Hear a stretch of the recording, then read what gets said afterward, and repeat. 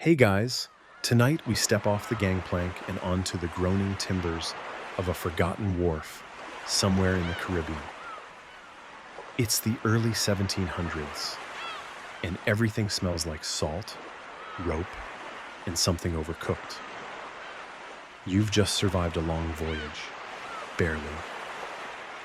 Your shirt's stiff with brine, your boots squelch slightly, and there's still a faint sting in your nostrils from yesterday's storm. But something tugs at your attention, a warm, savory scent curling through the thick air. It's Sunday. The wind is finally asleep, the sails hang loose, and the usual shouting has quieted down. Nobody's chasing a merchant ship or patching hulls. Instead, you're following the smell of food like a hungry ghost. You wander toward the clatter of spoons on metal and the low rumble of pirate laughter. They're not wearing eye patches, and nobody's squawking, "Arr." That's mostly Hollywood. But they are hungry, and their eyes flicker toward the bubbling pot, with a reverence usually reserved for buried treasure. So, before you get comfortable, take a moment to like the video and subscribe. But only if you genuinely enjoy what I do here. And hey, drop your location and local time in the comments. I always love seeing where you're all tuning in from. Now, dim the lights, maybe turn on a fan for that soft background hum, and let's ease into tonight's journey together. You're not the captain, you're not the cook. Honestly, you're not even sure how you got on this crew, but here you are, drifting into port, squinting into the late day haze. Your fingers graze the frayed rope rail, and the last planks of the dock creak under your boots. Around you, the crew slowly disembarks in a ragged procession. Some have coins in their pockets and a twinkle in their eyes. Others have nothing but wet socks and a craving for land that doesn't move. You spot the cook first. He's squat, sun-baked, and eternally scowling. But today he's too focused to glare at you. There's a massive blackened pot perched on a tripod over coals. Something is bubbling. Not violently, just a lazy glop-glop rhythm that sounds a little like the ship's creak, but deeper, heavier. You step closer. No one stops you. You're part of the crew today, or at least you're tolerated. The pot is ringed by bowls. Wooden, dented pewter, a cracked coconut shell or two. Someone's carved their initials into the lid of a sugar box. It says Badger in jagged letters. And you get the feeling you probably don't want to ask who that was. The stew smells vaguely like turnips, salt, and regret. But also, hints of garlic? A clove or two? Is that cinnamon? Historians still argue whether pirate ships regularly carried exotic spices, or if those were happy accidents from captured ships. What is known? Pirates looted indiscriminately, and if a Portuguese merchant happened to be hauling cloves from Goa, well, the stew just got fancy. Someone hands you a chunk of bread. It's hard as deckwood and has to be softened by dunking. You oblige, carefully dipping it into the pot, hoping not to lose the whole piece to the murky depths. The first bite surprises you. It's not good, but it's not awful either. Mostly it's warm, and when food's been mostly maggoty biscuit for weeks, warm is basically gourmet. Around the circle, voices rise, low, tired, slightly less surly than usual. No one's wearing boots. A man with a gold hoop earring and an enormous beard hums a lullaby you can't quite place. Another scratches something onto a piece of parchment with a stolen quill. Someone sneezes loudly. A parrot somewhere on the ship squawks back, "Get out of here!" like it's heard that exact sneeze one too many times. There's a rhythm to it all. Even in a world of theft and salt spray and sudden cannon fire, Sundays bring something slower. Not sacred, but calmer. No gunpowder, no yelling. Just the shuffle of bare feet on wood and the click of spoon against bowl. You glance up and notice the sails furled above like sleeping wings. The breeze is barely a breath. The sea is whispering things you're not supposed to understand. And below your feet, the old ship exhales, creaking like an old man settling into a rocking chair. Someone pulls out a mandolin with two broken strings and strums a soft, wandering melody. It's out of tune. But it's not bad. That's the thing no one tells you about pirates. It wasn't always shouting and rum and stabbing. Sometimes it was just this: food that doesn't kill you, a moment of not being chased, and the gentle sound of hammocks swaying in the wind. And okay, yes, you probably wouldn't survive this life. You're already sunburnt, and your stomach's rumbling like a cannon. But for now, you're here, and there's stew in your bowl.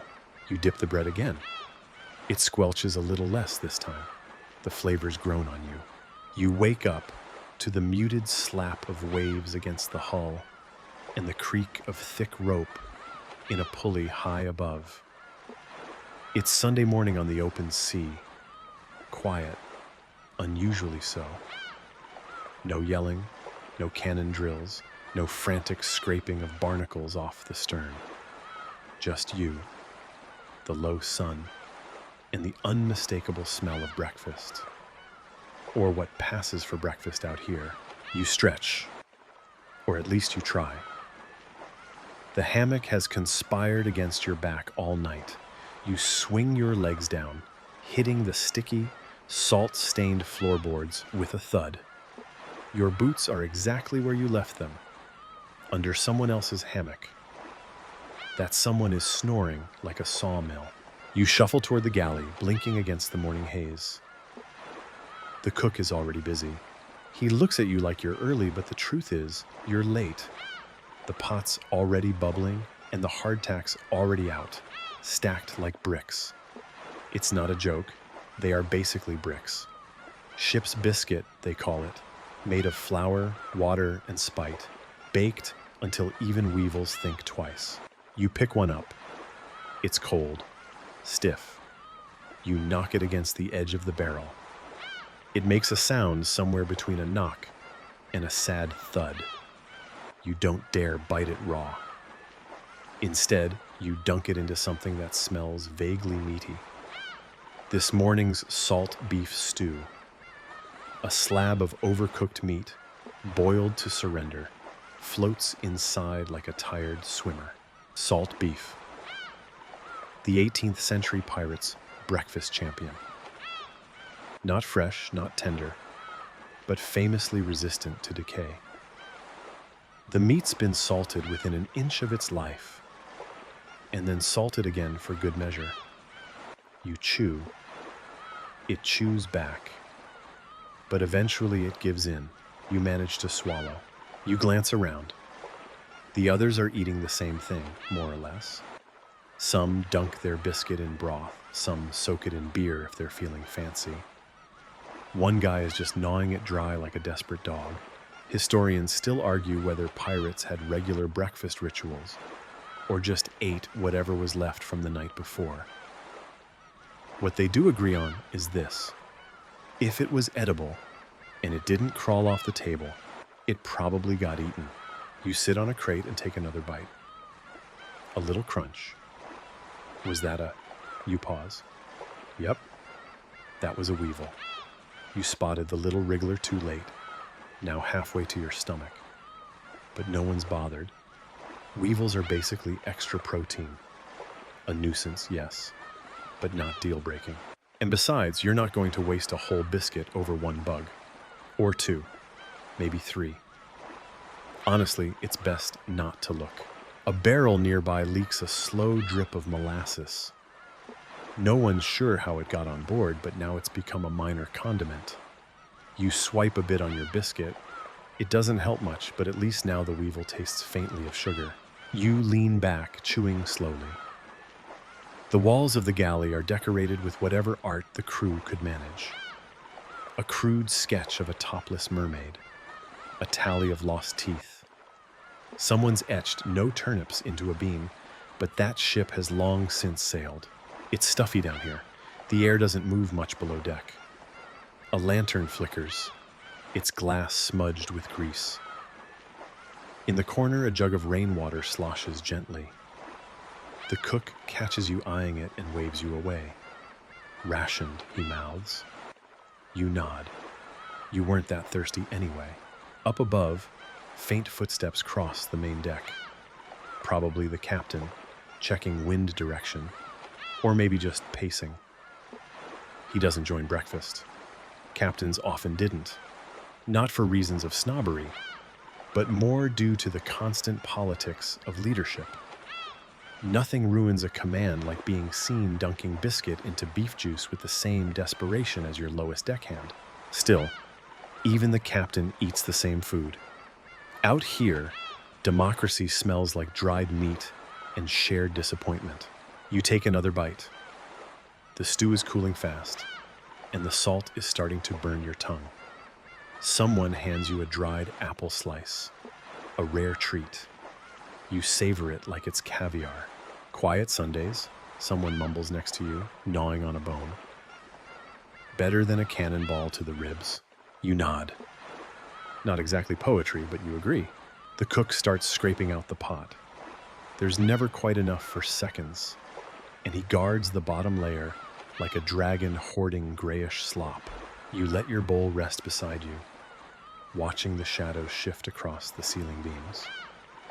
The soft clatter of spoons fades as more hammocks empty and boots hit the floor. Even breakfast here is its own kind of ritual. No church bells, no sermons, just salt beef, weevil bread, and a whole lot of chewing. You sit a little longer, fullish and sleepy. And while your jaw may ache from the biscuit, your mind has slowed down. No orders barked, no sails to raise. Just another pirate Sunday, drifting lazily into another sun-scorched day. The air on deck is brighter now, and your eyes squint automatically against the sharp glint of sun on canvas. Breakfast has settled, or more accurately, sunk like a small anchor into your belly. And now it's time for the next pirate tradition, morning hydration. Or at least that's the polite way to put it.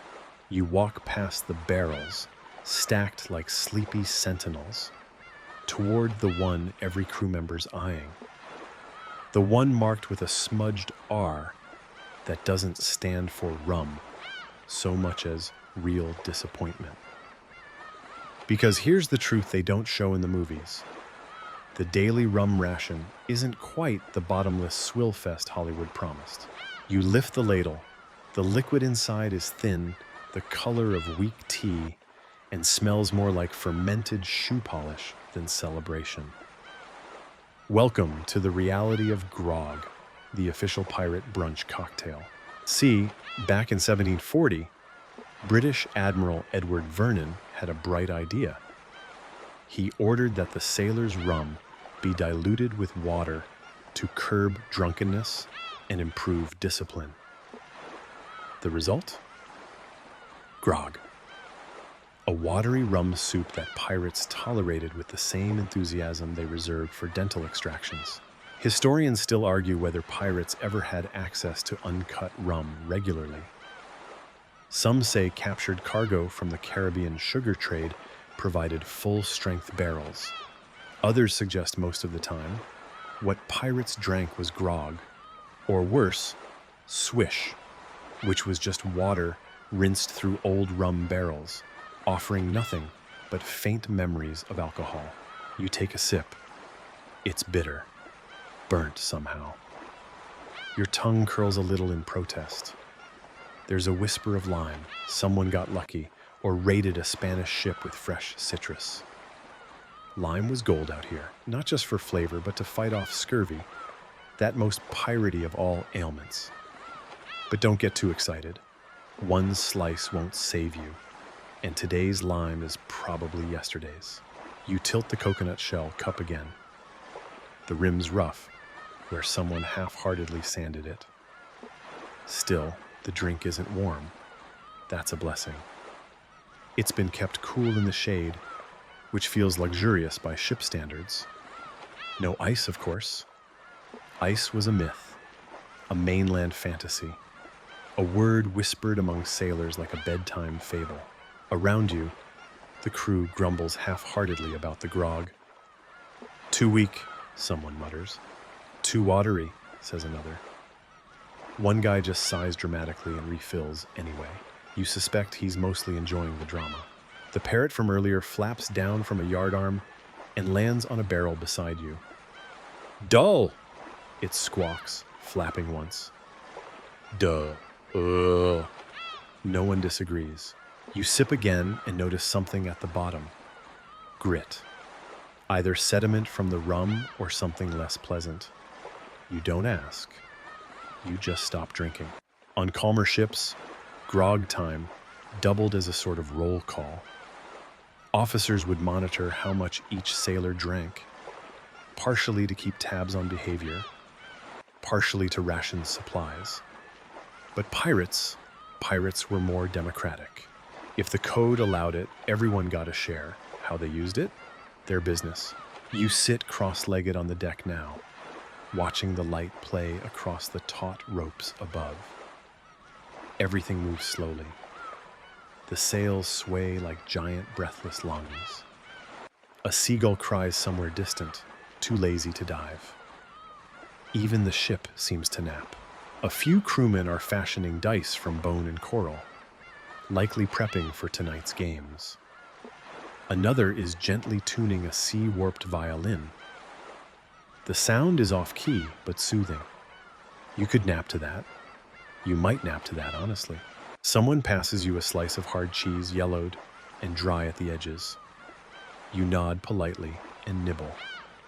It's sharp, probably goat's cheese, judging by the smell.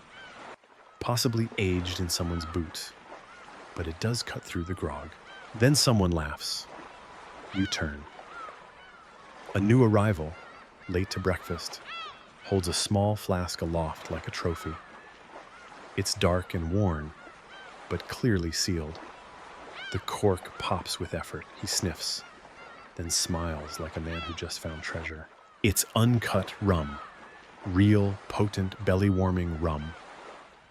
Everyone leans in, suddenly very interested in this person's company. He claims it came from a Spanish brig that went down last week.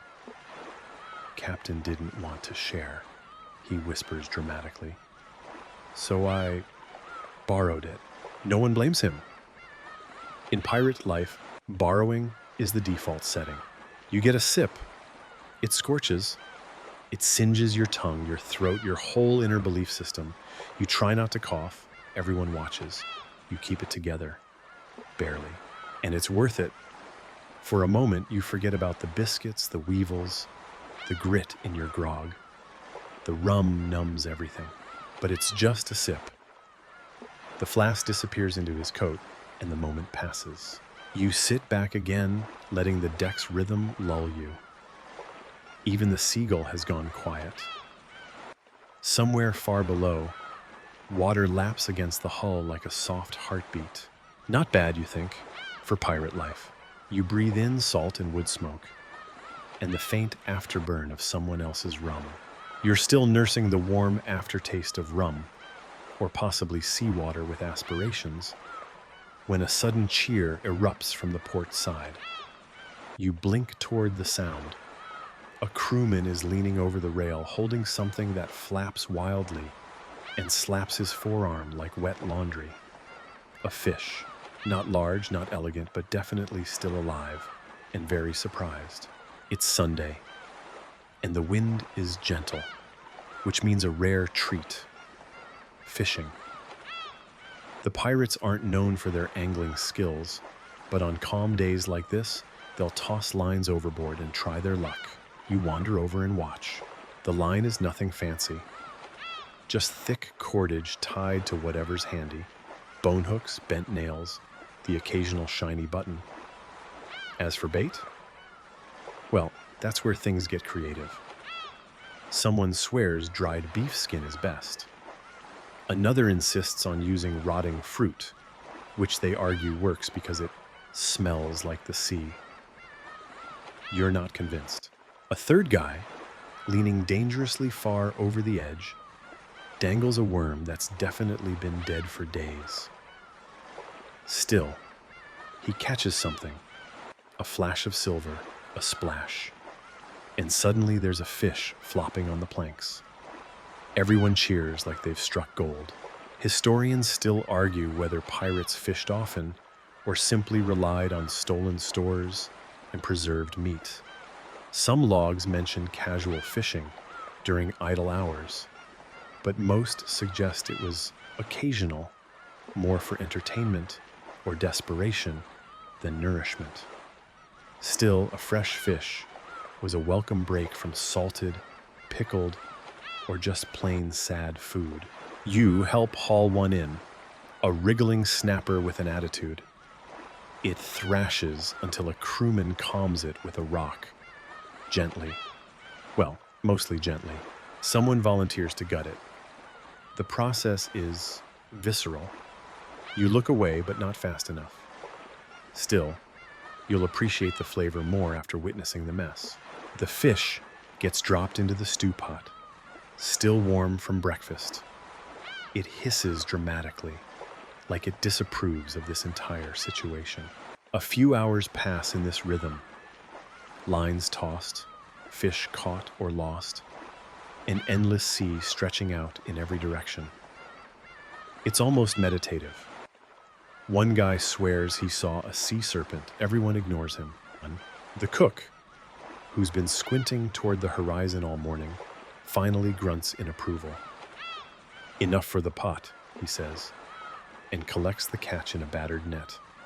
Today's lunch will include actual protein. You feel like a king. As the fish simmer, a handful of crewmen clean scales off the deck. Not out of tidiness, just to avoid stepping on them barefoot later. The planks glisten slightly. Someone slips. There's laughter, but it's the sleepy kind, mellowed by the sun and the scent of cooking. You wander to the stern, where another man is drying fish on a rack, thin strips laid out like parchment. They'll be tough as leather tomorrow, but today, they're not bad. He hands you a sliver. It's salty, chewy, and surprisingly smoky. The flavor lingers, earthy and sharp. Nearby, a young crewman is trying to teach a parrot to say fresh fish. The bird squawks something that sounds more like fat squish, and everyone accepts that as a win. The cook calls again. "Lunch?" You circle back to the pot. The stew is thicker now. Less turnip, more texture. Flakes of white fish bob near the surface, alongside something green. Seaweed? Spinach? No one knows. You ladle some into a tin bowl and take a sip. It's good. Actually good. You blink. The broth has absorbed the flavor of the fish, mellowed the salt, softened the biscuit chunks hiding at the bottom. It's still pirate food, but today it's warm, rich, and slightly miraculous. You sit on a crate, legs stretched, bowl cradled in both hands. A breeze lifts your hair. The horizon blurs in the heat. You watch the water shimmer and feel, for once, full. Nearby, someone is humming again. The melody's different now, lilting, familiar in a way you can't place. Another crewman taps along with a spoon. A rhythm builds, accidental and lovely. A flying fish leaps, arcs, and disappears. The sea glitters. A crew dog barks at nothing in particular. You sigh. This is as close to peace as pirate life gets. No sails to hoist, no blood to mop. Just fish, stew, and sunburn. You hear her before you see her. A low, grumbly bleat that cuts through the sea salt air with practiced defiance. Around the corner of a barrel she appears. The ship's goat. Her name, depending on whom you ask, is either Matilda, Doom, or that beast. She's shaggy, suspicious, and walking like she owns the deck. The goat's eyes lock onto yours with unnerving focus. She has horizontal pupils, like something from a dream you'd rather not remember. She's chewing something. Not grass, obviously. Possibly rope. Matilda has lived aboard longer than half the crew. Brought on initially for milk, she has since graduated to mascot, occasional supplier of cheese, an undisputed thief of unattended hats. You step aside as she passes, her hooves clacking against the wood. The cook yells something in her direction, likely profanity disguised as endearment. She ignores him. Matilda does not negotiate. Historically, many pirate ships carried livestock on board, chickens, pigs, even goats, for fresh milk, eggs, and the occasional emergency stew ingredient. But pirates weren't farmers, and animals didn't always fare well at sea. Still, hardy creatures like goats often earned semi-pet status, surviving on kitchen scraps and sheer belligerence. Matilda clambers up a crate and surveys her kingdom. Her beard flutters in the breeze. Someone tries to shoo her away from the dry fish rack, and she casually headbutts their shin. Not hard, just enough to make a point. You sit again, bowl in hand, and watch as she stalks a sleeping sailor's boot. She nibbles the edge, considers it, then walks off in search of better flavors. Someone snickers. The cook mutters, "She's got better taste than all of you." There's cheese today, too. Just a thin slice, but sharp and crumbly. Matilda's contribution, one assumes. It's sprinkled on top of the stew, where it melts in slow, lazy curls. You eat it with reverence. Actual cheese, not from a barrel. A miracle. You lean back, letting the sun warm your shirt, the bowl cool in your hand. Matilda is now chasing the parrot. The parrot shrieks, "Help me!" and flaps away in a flurry of feathers and righteous indignation. Someone claims Matilda once ate a map. No one questions it. She looks like the type. The wind is low, the sails slack, and the ship rocks just enough to lull your eyelids. A hammock creaks above. The violin makes another guest appearance, off-key but brave. A laugh bubbles up from the galley and then quiet. You see a boy feeding Matilda a chunk of old apple. She accepts it with royal detachment, then headbutts him lightly, just because. Historians still debate how often goats were actually milked aboard versus simply tolerated. Many agree the presence of animals was more about psychological comfort than reliable food.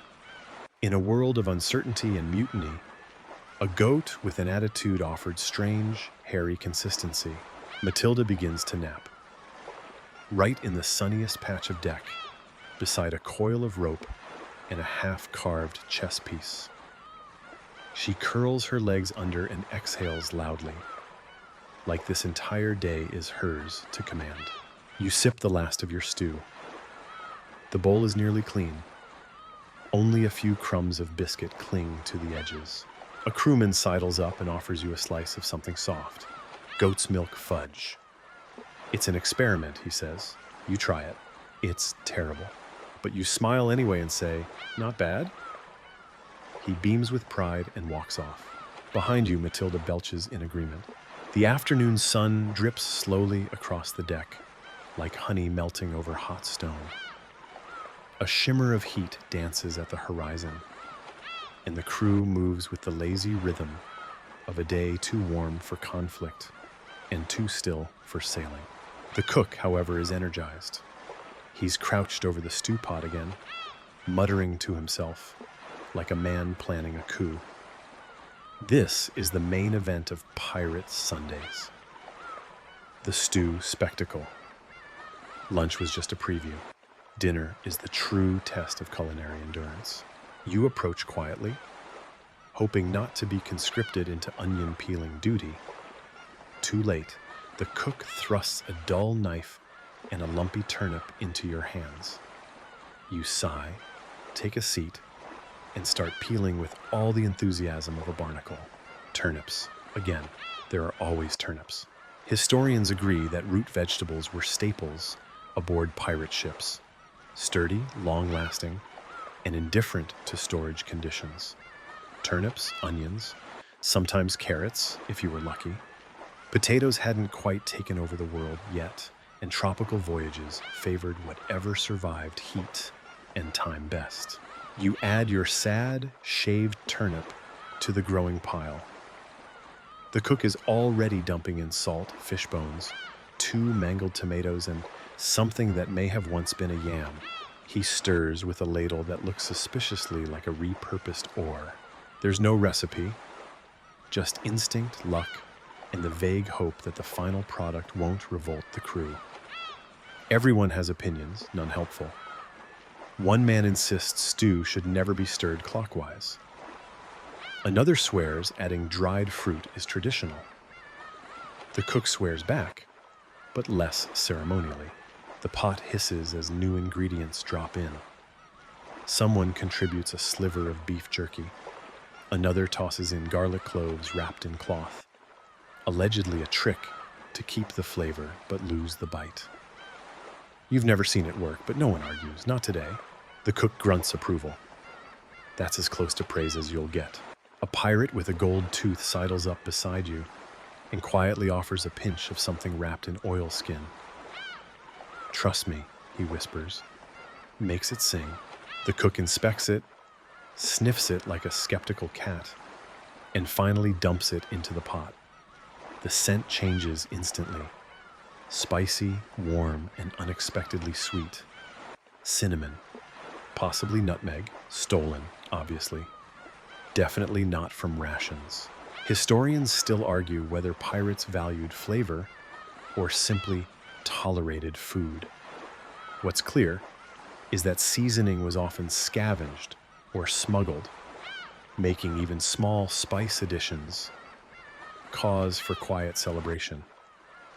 They weren't cooking for 5 stars, just one uninterrupted meal. You stir gently, the broth swirling into a dark, comforting whirlpool. The stew thickens and steam coils up toward the rigging. A fly buzzes near and immediately regrets it. This stew is not friendly. Someone starts chopping dried mango, offering slices around while pretending it's garnish. It's not. But no one minds the lie. As the sun begins to lower, shadows stretch like lazy cats across the deck. The pot continues to burble, releasing the occasional glop and burp. It sounds alive, in a way. Crewmen begin drifting near. No one lines up. Pirates don't queue. They drift, hover, pretend not to care, then pounce when the ladle lifts. You get your bowl. It's hot, dense, and smells incredible. Against all odds, the cook has done it again. A miracle of salt, root veg, and a rogue pinch of cinnamon. You sit beside a coil of rope, legs crossed, steam rising from your bowl in soft spirals. The first bite is deep, smoky, with a whisper of sweet heat. The turnip is soft. The beef, what little there is, crumbles like treasure. Someone murmurs, "Best batch this month." Someone else says nothing but goes back for seconds. Above you, gulls circle lazily, hoping for scraps. The sea gleams silver blue. A breeze stirs the air, lifting the scent of stew like incense. This says isn't a feast exactly, but it is a moment of stillness, of full bellies, of not rowing, not stealing, not running. The cook collapses onto a barrel and accepts his own bowl with a grunt. He tastes, nods once, and declares, "It'll do." You lean back, chewing slowly. The sun's not quite down. The wind's picking up. Somewhere, a spoon clinks gently against pewter. It's quiet. Just stew, just see, just Sunday. You're mid-chew when it hits you. That whisper of heat, that mysterious depth to the stew's flavor. Not just salt or turnip fatigue, something richer, something unexpected. You glance at the cook, who's watching the crew eat like a father inspecting a science fair volcano. He's too smug. Something's definitely up. You shuffle over, bowl in hand. What was that extra thing, you ask? He shrugs. Flavor? Then adds with a wink. Portuguese flavor. You freeze. Because that can only mean one thing: stolen spices. During raids, pirates didn't just take gold and rum. They took anything not nailed down. And sometimes things that were nailed down. Spices, especially, were prized. Nutmeg, cloves, cinnamon, so valuable, they could be used as currency. And on a quiet Sunday with no ships to chase and no mutiny brewing, a stolen spice could transform your turnip stew into something bordering on sorcery. The cook reaches into a stained pouch and pulls out a small tin, dented. The label long since vanished. Inside is a mixture of ground color: ochre, rust, and burnt sienna. Got it from a merchant off Mozambique, he murmurs almost reverently. Traded 3 boots and a curse. You sniff it. The scent is dizzying, warm, sweet, peppery. It could be cinnamon, or clove, or possibly gunpowder mixed with hope. Historians still argue whether pirates used spices regularly or only in rare moments of culinary rebellion. Some accounts suggest large spice caches from raided Dutch ships. Others note how quickly those goods were traded away for essentials. But once in a while, when no one's looking, a cook with ambition sprinkles just a little magic into the pot. Someone near you sneezes explosively. A sure sign the cook went heavy on the pepper. You sit again, stew in hand, every bite, now a small treasure hunt. 1 spoonful warms your tongue. Another hums gently in the back of your throat. It's still root veg and mystery meat, but it's exciting root veg now. Nearby, a crew member with particularly bad teeth offers a toast with his bowl. To flavor, he grins. Everyone cheers. A parrot screeches flavor, like it just discovered language. The cook raises a greasy finger. Don't get used to it, he says. Back to biscuits tomorrow. You believe him. But for now, you let the heat of the stew settle in your chest. It's not just food. It's proof that this floating, creaking, sun-baked mess of a ship can still surprise you. Someone begins listing spices they've heard of, but never seen. Cardamom, saffron, fenugreek. You nod along, pretending to know what fenugreek is. Nobody does. It just sounds impressive. A sailor with a wild beard swears he once raided a French ship and found a bag of bright red powder. He thought it was treasure. Turned out to be paprika. Still, he used it to barter for an extra hammock. You finish your bowl, licking the last remnants with theatrical flair. The cook smirks.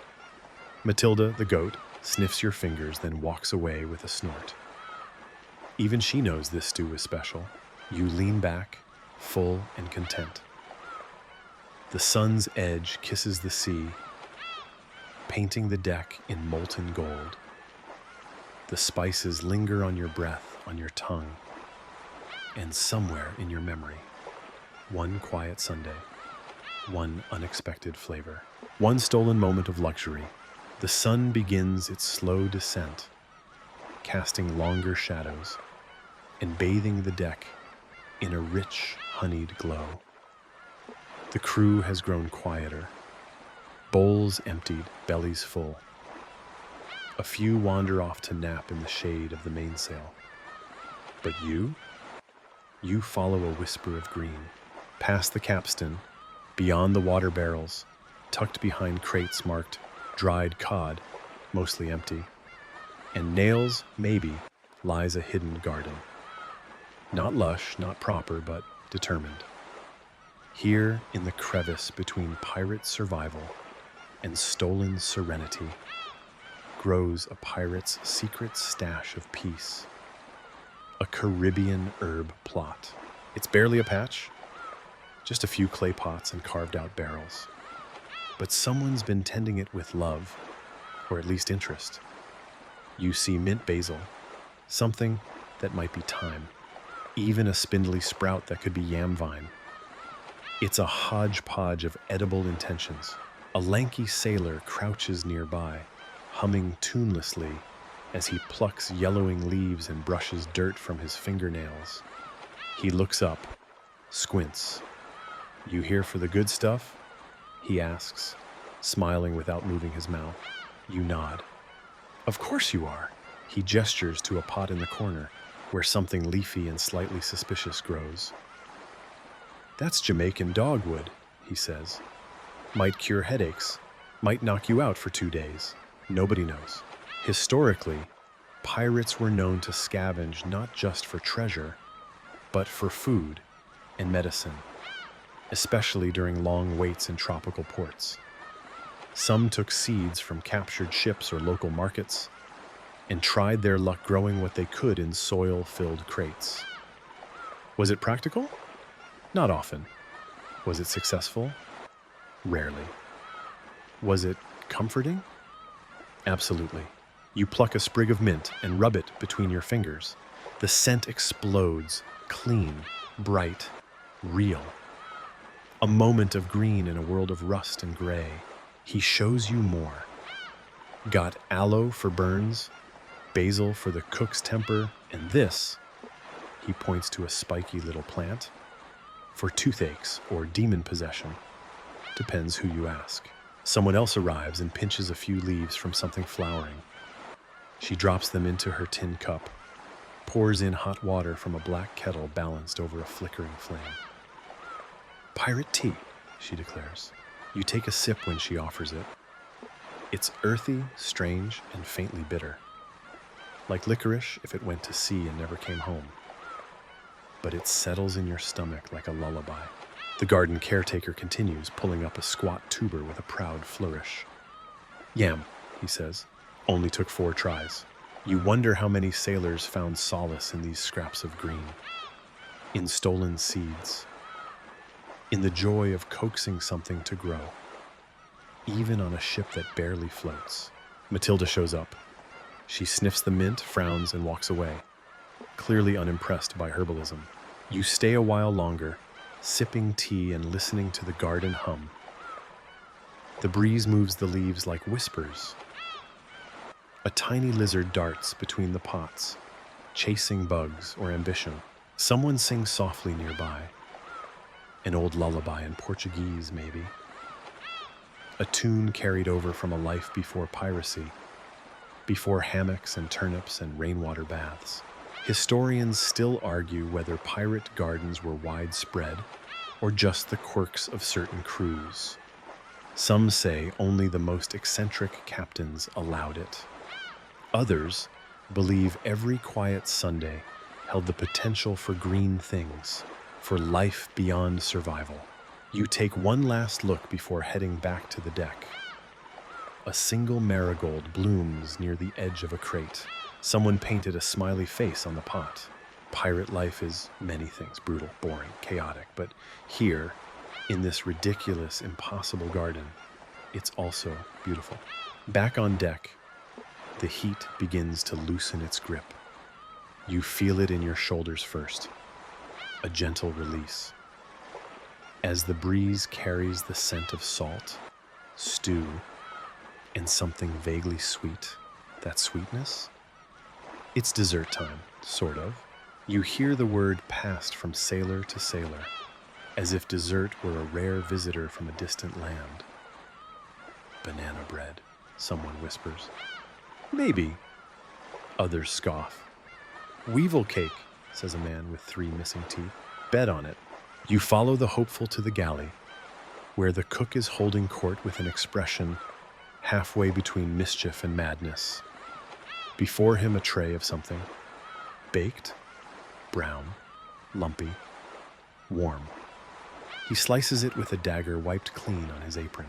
A chunk lands in your bowl. It's dense, sticky, slightly spongy. You sniff it. Banana? Yes. Flour? Maybe. Despair? Probably. You bite in. It's not bad. It's not good, but it's not bad. The banana flavor is unmistakable, sweet and mellow. But there's something gritty beneath the surface. You pause.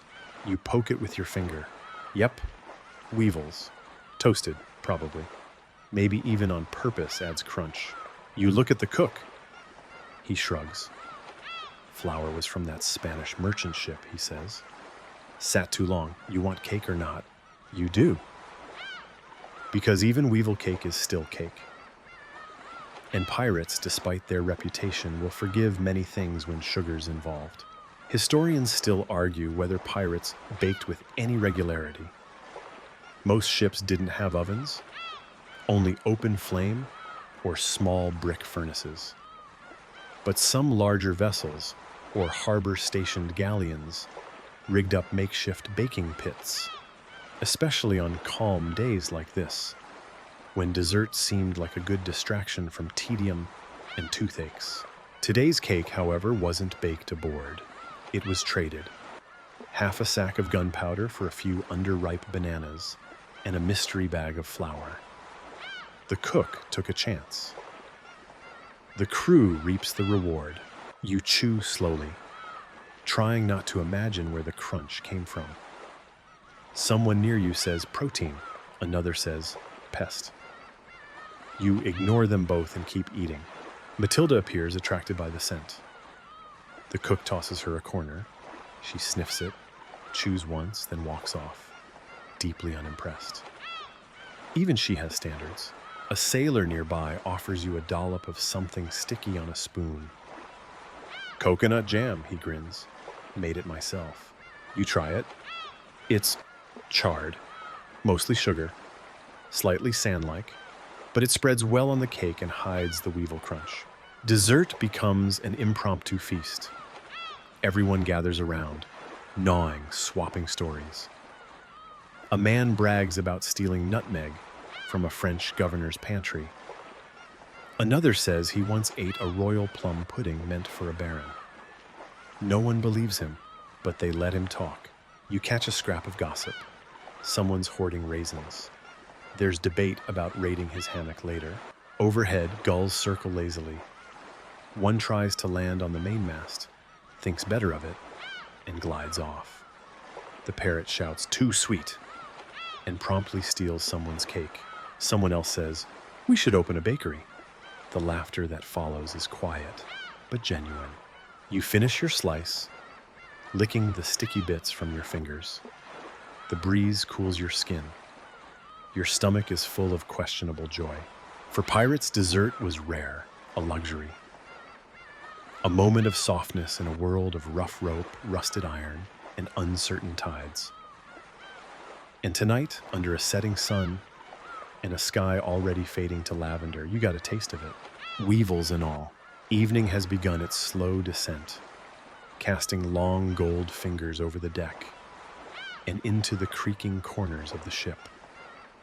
The sounds of forks scraping bowls have faded.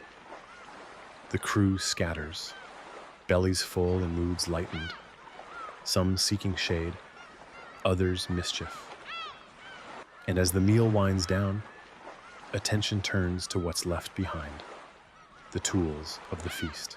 You glance around, noticing the strange, eclectic collection of dining gear. Pewter spoons with bent handles, knives with ornate hilts clearly stolen from fancier tables, cups made of everything from hollowed coconuts to halves of old cannonballs. Pirate tableware is, above all, resourceful. Your own bowl is a once shiny plate with initials scratched along the edge.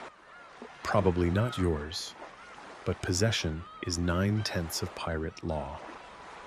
You sip the last dregs from your coconut cup, its interior smoothed from years of use. There's something oddly comforting about it. Lightweight, durable, surprisingly elegant, nature's goblet. Nearby, a crewman polishes a fork on his sleeve. It's silver, real silver. Tarnished, but unmistakable. Took it off a Dutch merchant, he says with casual pride. Still got the matching set, mostly. You ask where he keeps it. He taps his boot. Pirates didn't care much for matching sets or etiquette, but that didn't stop them from valuing nice things. Stolen cutlery, fine plates, even decorative napkins sometimes made their way into daily use. Not out of class, but defiance. Eating stew with a French silver spoon on a rotting wooden crate was a statement. A deeply unbothered middle finger to polite society. You remember reading that Black Bart Roberts insisted on dressing in fine clothes for dinner, lace, cravat, and all. Historians still argue whether this was vanity or strategy, but it paints a picture. Pirates, chaotic and crude as they were, also loved flair. You watch a wiry sailor carve his initials into a spoon with a rusty nail. His third spoon this month. Tools go missing. Bowls roll off the deck. Coconut halves crack. Everything here is replaceable, repurposed, or creatively upgraded. One sailor is using a spoon made from a flattened musket ball. Another sips grog from what was once a powder flask. Necessity births invention. And pirates are never short on needs or bad ideas. You find yourself admiring a particular bowl carved from driftwood. The grain swirls like ocean currents, and the rim is etched with waves. Made it myself, its owner says proudly. Out of boredom or madness, maybe both, Matilda wanders by, licking the inside of an abandoned bowl. She's allowed. She earned her place. The cook shouts half-heartedly, and then returns to scrubbing the stew pot with sand and old rope. No soap, just friction and low standards. The galley's water barrel is low. Washing up is more of a ceremonial scrape than a true cleanse. You wipe your spoon on your shirt and call it good enough. Somewhere behind you, a few crewmates are debating the merits of spoons versus fingers. One insists food tastes better without metal. Another says he hasn't owned a spoon in 5 years and doesn't miss it. The cook overhears and throws a spoon at his head. It misses, barely. You sit cross-legged on the deck again, your hands sticky but satisfied. The gear around you clinks softly as it's packed away. Into boots, bags, belts. Everyone has a spot. Everyone has a method. Even in chaos, there's routine. Historians note that pirate life, for all its lawlessness, often revolved around structure. Meals were shared. Tools were communal. Arguments over spoons? Absolutely. But deep down, this odd, drifting community needed systems, even if they were made from coconuts and mutiny. You look at your cup again. You didn't carve it. You don't know who did. But it fits your hand just right. You trace the smooth lip, then set it down gently beside you. The sea rocks the ship in long, slow sighs. Overhead, a gull cries. A sailor snores, someone drops a spoon and curses, and still, that spoon gets picked up, tucked into a sash ready for tomorrow's stew. The crew's laughter fades as bowls are stashed and fingers licked clean. Some drift off to their hammocks, others linger in the twilight, lounging like cats full of cream. But one pirate, tall, scarred, suspiciously organized, calls out in a voice rough as unbuttered toast. Code check. A groan rises, but it's half-hearted. This isn't a mutiny. It's tradition. You raise an eyebrow, still seated cross-legged with your coconut cup. Code? You whisper to the sailor beside you. He grins. The pirate code. Think of it like rules for chaos. He's not joking. Despite their anarchic reputation, many pirate crews operated under strict, mutually agreed upon codes Guidelines not just for battle, but for daily life. Who got what share of plunder, how disputes were settled, and, yes, even who cleaned the spoons. Historians have uncovered several versions, most famously those of Bartholomew Roberts and Captain John Phillips. While each code varied, one thing was consistent. Pirates valued fairness, especially when it came to food and loot. You mess with rations, you mess with morale. The tall pirate waves a ratty piece of parchment. Article 6, he announces. No man shall hoard grog or gravy. The crew chuckles. It's a running joke. No one hoards gravy. There isn't enough to hoard, but the sentiment is real. Pirates lived and died by the fairness of their floating society. You get your share, no more, no less. Unless, of course, you cheat at dice. Then you might find your hammock mysteriously relocated to the bilge. Tonight's code check focuses on dish duty. The cook glares. 3 spoons went overboard last week, he growls. If you drop it, you fish it. A moment of silence, then a sheepish voice from the back. Wave took mine. Everyone knows that's a lie. Everyone lets it slide. Matilda bleats, as if she remembers exactly who dropped it. Then comes the real order of business. Ration disputes. A wiry man with too many earrings steps forward, scowling. Midge got an extra biscuit. Midge shrugs. It was smaller. I was compensating. They bicker. A third pirate offers a compromise. Midge gives up half a dried mango from his stash. Midge agrees, but only if he gets a double scoop of stew next Sunday. The cook says, only if Matilda approves. Matilda sneezes.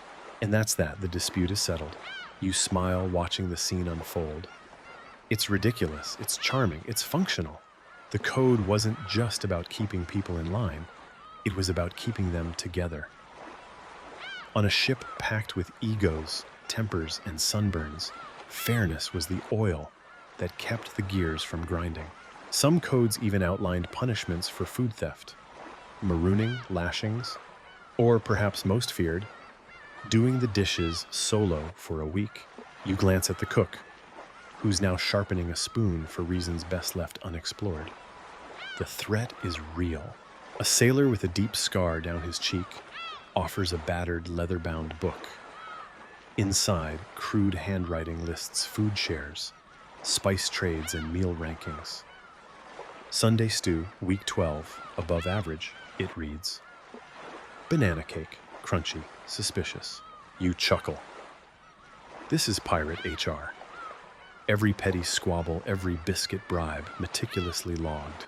A gust of wind rattles the parchment, and the cook stamps it with a blob of fish grease. Official business completed.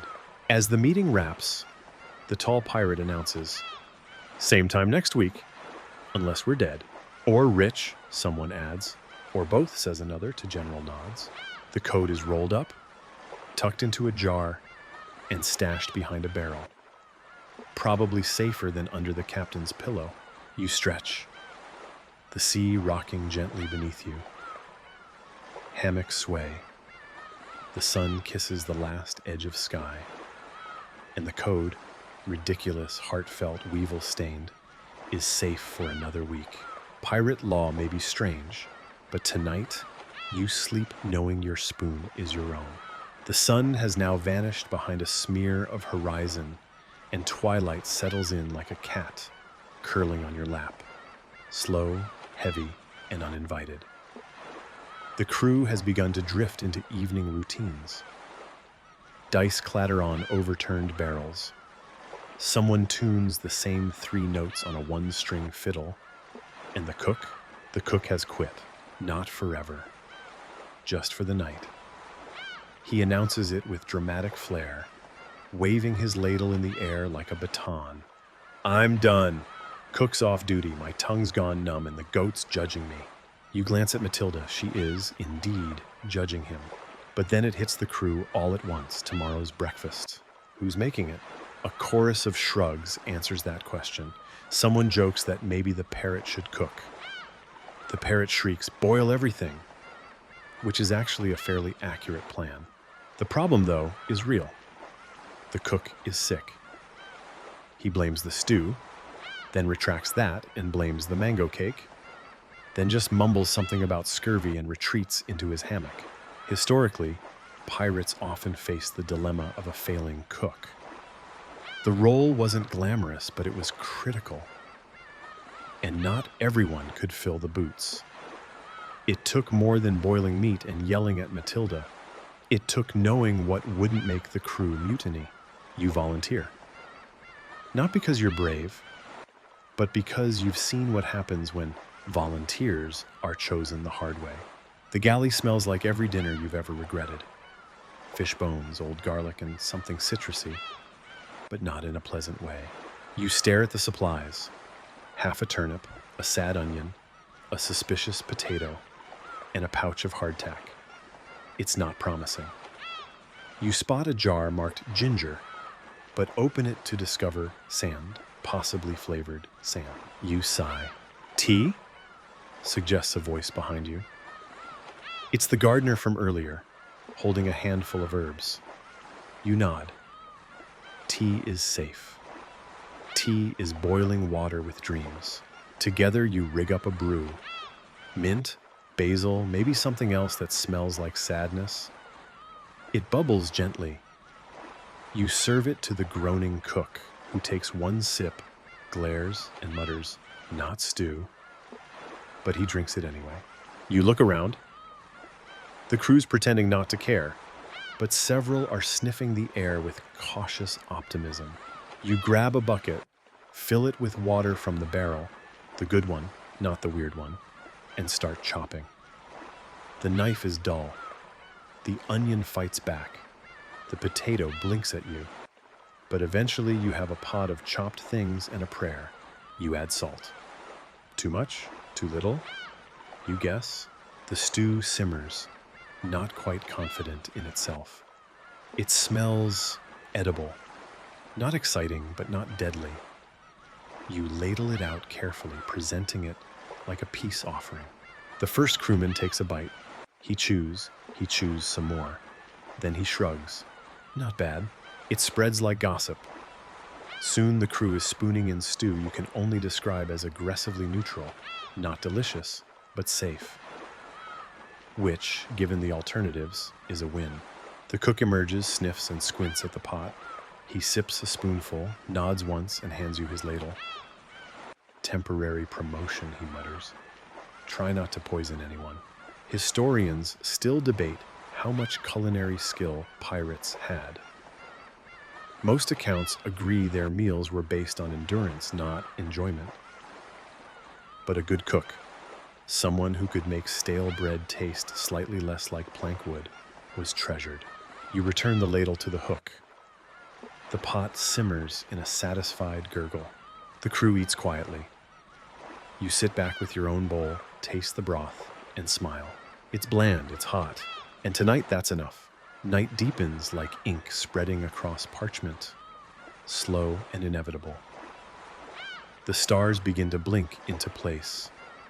The sails cast long, swooning shadows across the deck, and the air cools just enough for your sunburn to remind you it exists. But peace? It doesn't last. It never does. You're mid-sip of your tea, barely steeped, still vaguely minty, when a shout cracks the calm.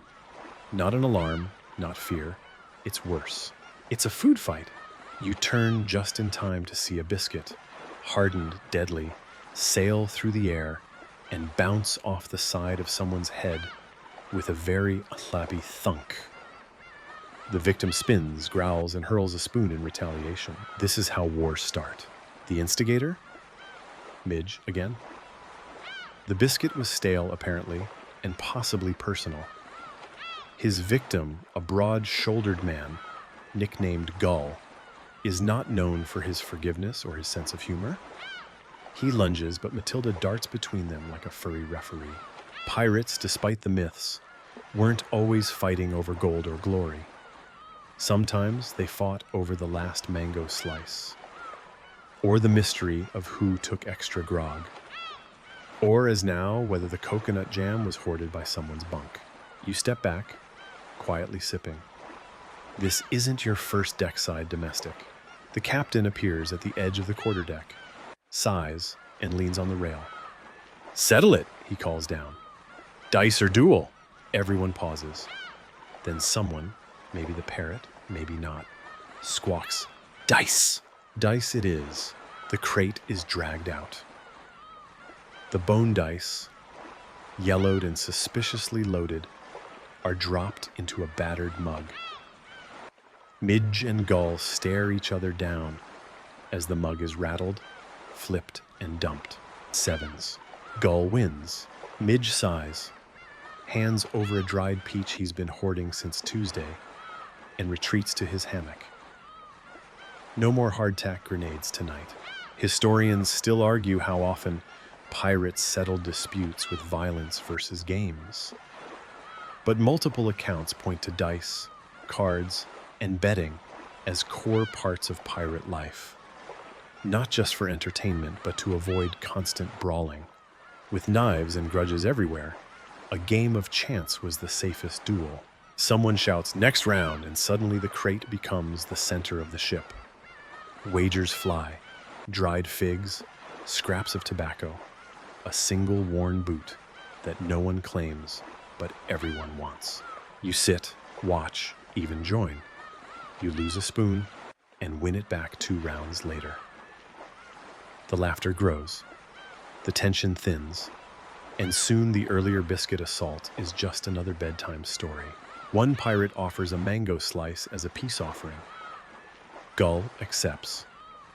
Midge pretends to like it. Alliances shift faster than sails in a squall.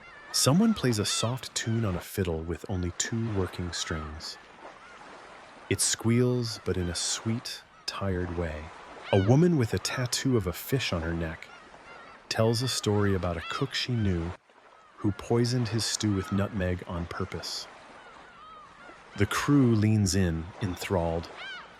Matilda listens too, chewing absently on someone's sock.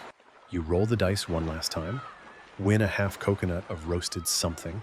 You eat it without asking what it is. The game winds down. The crate is pushed aside. Dice go back into their pouch, spoons into sashes, and pirates back into hammocks. The stars are brighter now. The sea is still. You lean against a barrel and let out a long breath. Fights, laughter, mango diplomacy. Just another quiet Sunday on a ship where food is both fuel and social currency. You survive the biscuit barrage. That's something.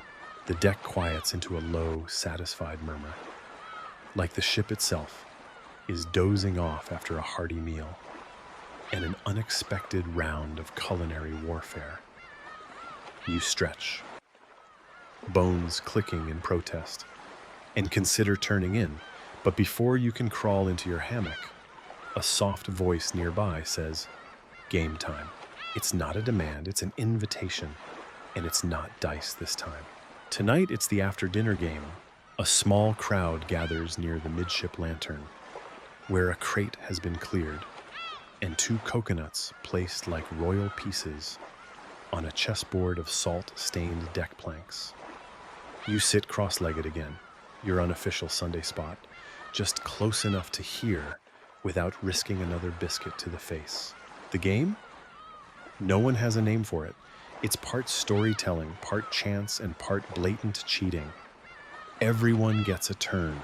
Everyone tells a lie. The first person to get caught bluffing has to give up a snack, a secret, or a song. The first storyteller leans forward, eyes glittering in the dim lantern light. "Back in Cartagena, I once won a whole tavern in a card game." The crowd groans. "Lies," shouts someone. He grins. "True-ish. It only lasted 3 hours before the owner came back." Next up, a young sailor with sun-bleached hair. "I met a mermaid off the coast of Martinique. She had a pet turtle named Sir Charles." That one gets applause. Bonus points for detail. Then it's your turn. You think. Then say, with as much confidence as you can muster, "I once stole a loaf of bread from a British officer's lap while he was still chewing." The crew howls with laughter. A few nod in approval. One guy just blinks and mutters, "Ballsy." Matilda snorts. Historians speculate that pirates, isolated and unchained by traditional customs, often invented their own entertainment. Story games, impromptu theater, coded sea shanties, anything to keep boredom and despair at bay. Many ships even had quartermasters of morale, unofficial entertainers who kept the crew from killing each other. Tonight's game takes a twist. Someone produces a walnut, carved, weighted, and very obviously a cheating device. It's passed around, hidden in sleeves swapped under cups. The game shifts from stories to sleight of hand. You try your luck, guessing where the walnut lands. Wrong, twice. Then you catch the glint in a sailor's eye. Next round, you call it and win. A dried plum, your prize. You savor it slowly, letting the sweetness balance the salt that's been clinging to your skin all day. Someone bets a hammock spot near the captain's quarters, high stakes. Everyone leans in. The parrot waddles through the crowd, pecks at a dice pouch, and squawks, "You lose!" Laughter erupts again. The ship rocks gently, lanterns swinging like sleepy fireflies. Even the sea seems amused.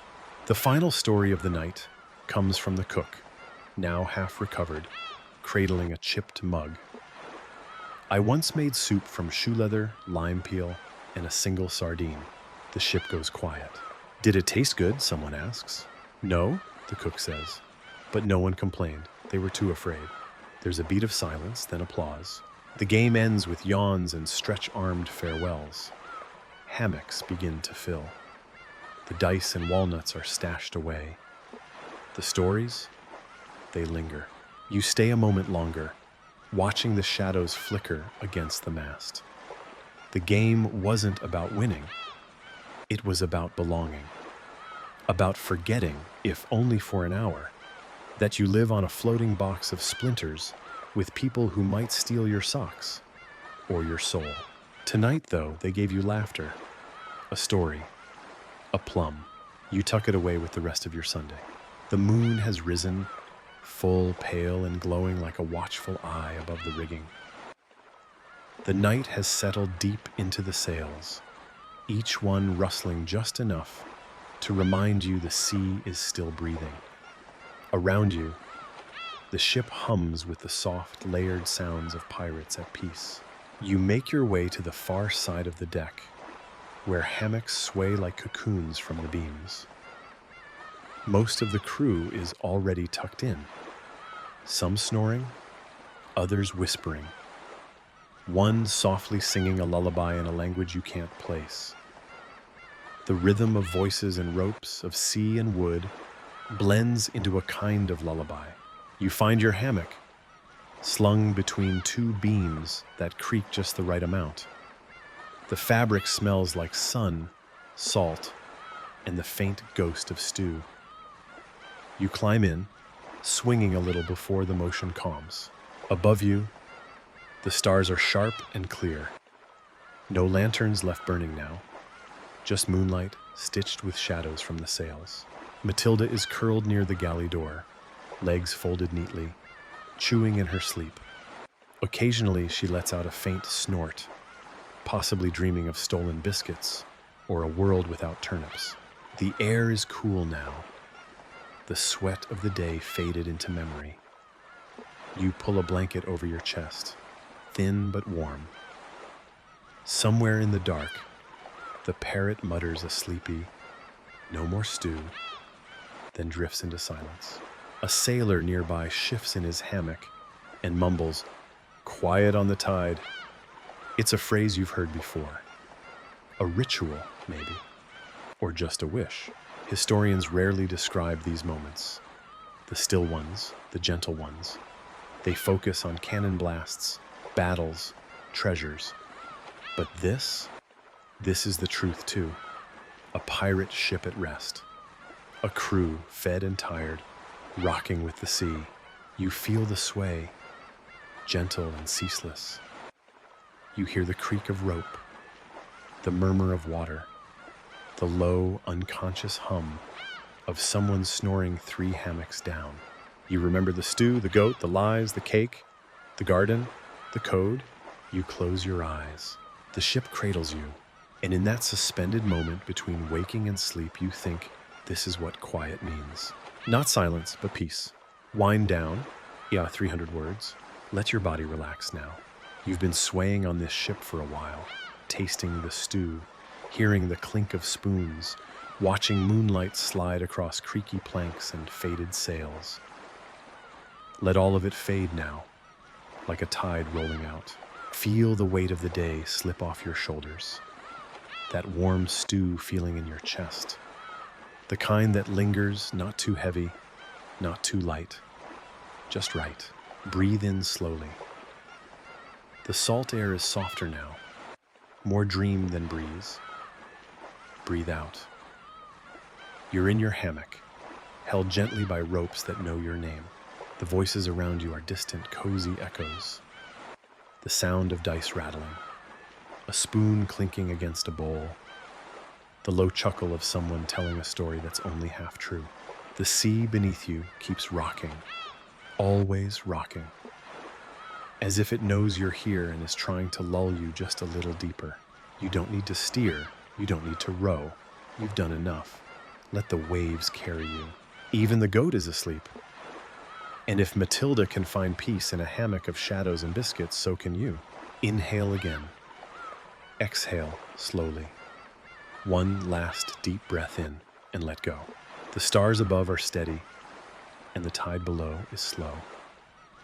You're drifting now, gently, toward the quietest part of night. And soon, very soon, you'll be asleep. Floating not on water, but on dreams, stitched from sea air and stories. Good night, sailor.